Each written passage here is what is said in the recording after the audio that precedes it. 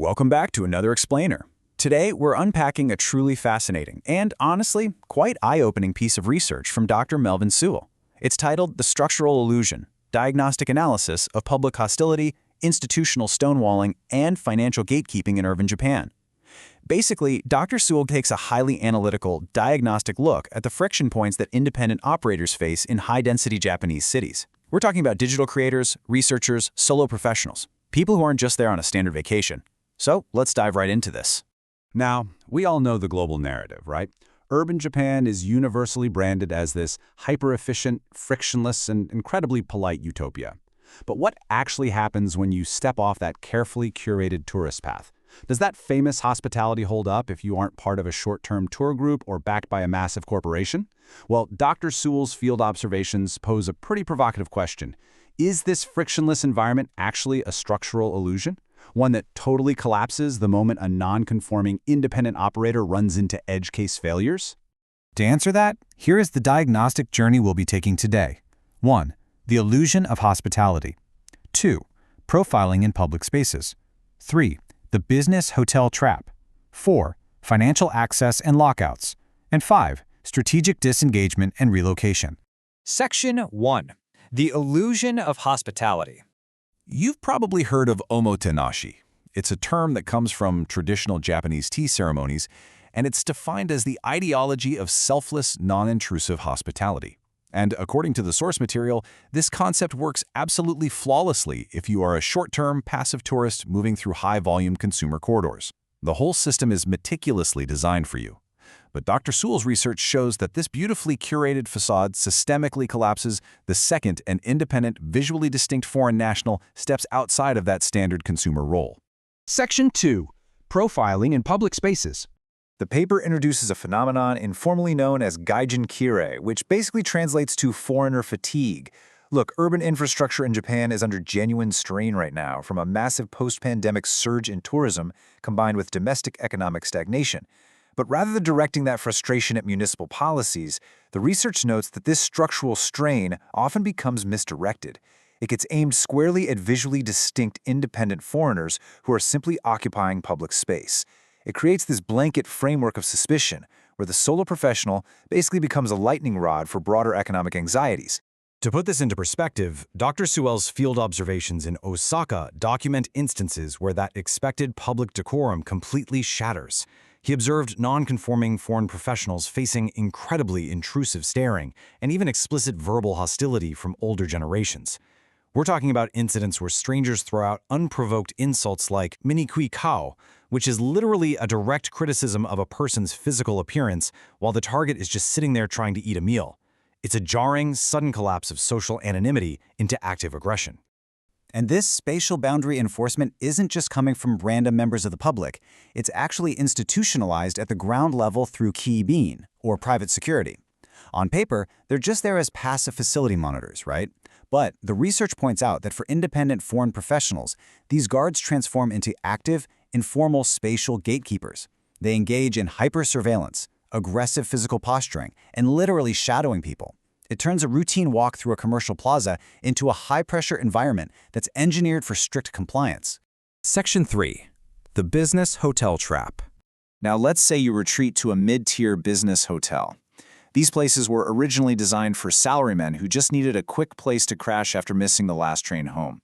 But Dr. Sewell outlines how this design translates into what he calls a structural trap architecture for daytime operators who actually need a secure sanctuary to work and process their day. We are talking about incredibly high room density, literally paper-thin partition walls, and absolutely zero acoustic insulation. You couple that low overhead physical design with rigid, non-refundable advance payments, and operators face immediate structural lock-in. Imagine the stark operational reality here. You're an independent researcher, and you are confined to a completely uninhabitable, high-noise room. You might be dealing with persistent shouting in the hallway or banging on the walls.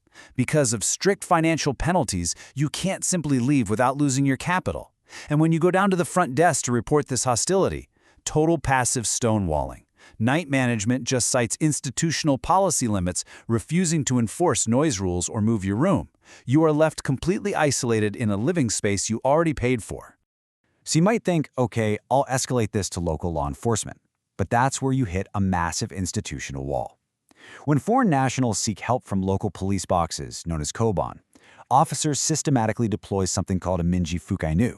This translates to non-intervention in civil matters. By classifying the hotel harassment or safety breach as a private civil dispute, the police systematically refuse to file formal incident reports. This institutional deflection completely insulates the hotel management from any legal accountability whatsoever. Section 4. Financial access and lockouts. The tension really escalates when we look at the ultimate breaking point for independent operators, total transactional lockouts. Dr. Sewell introduces a live diagnostic case study from his field research, the PayPal debit card lockout event in Osaka in 2026. While consumer narratives constantly promote this seamless, automated economy, this event proves how cross-border financial rails can fatally fail edge case merchant anomalies in high-density urban centers. Let's break down exactly how an independent operator can find themselves locked out of their own funds. The research maps out an exact systemic 5-step cycle. First, a local merchant system requests a primary authorization hold on a foreign fintech debit card. Second, the automated local processor glitches and duplicates that charge without clearing the original hold. Third, because these global networks lack real-time reconciliation, those dual holds instantly drain the operator's available liquid balance. Fourth, local institutions just deflect all blame. And finally, step 5, operational immobilization. Your capital is frozen within seconds, trapping you in a foreign environment with zero accessible funds. What makes this financial chokehold so unbelievably severe is the compounding institutional stonewalling that immediately follows. The local merchants flat out deny any errors with their terminals and refuse to do manual authorization releases. The local police label the whole thing a technical misunderstanding just to avoid writing up a report. And those third-party booking aggregators, they strictly enforce their no-refund policies, acting as a compliance buffer that protects merchant revenue over guest resolution. It is a highly coordinated lack of accountability across all local channels. Section 5. Strategic disengagement and relocation. So how in the world do you respond to systemic failures like this? Well, you definitely cannot force compliance through local administrative channels. That's just a massive, inefficient burn of your resources. The first step, according to the paper, is immediate tactical isolation. Bypass that front desk gatekeeping entirely. If a merchant traps your funds or refuses habitability, go over their heads and execute direct card network chargebacks through your issuing institution. Additionally, to mitigate daily wear while you prepare to leave, deploy passive visual and acoustic buffers, like noise-canceling headphones, during transit to minimize your exposure to public friction.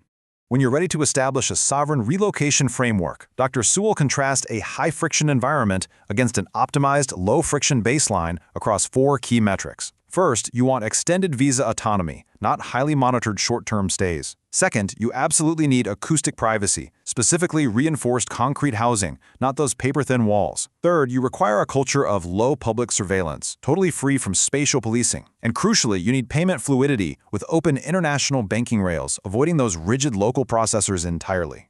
And this brings us right to the core thesis of Dr. Sewell's diagnostic analysis, summarized perfectly in this quote. The rational response to structural failure is not prolonged friction, but decisive, strategic disengagement. The goal isn't to stubbornly fight a rigid system that was never built for you. The real goal is to transform that personal friction into objective diagnostics, allowing you to protect your sovereign capital, your peace of mind, and your intellectual work. Which leaves us with a truly critical question to ponder today.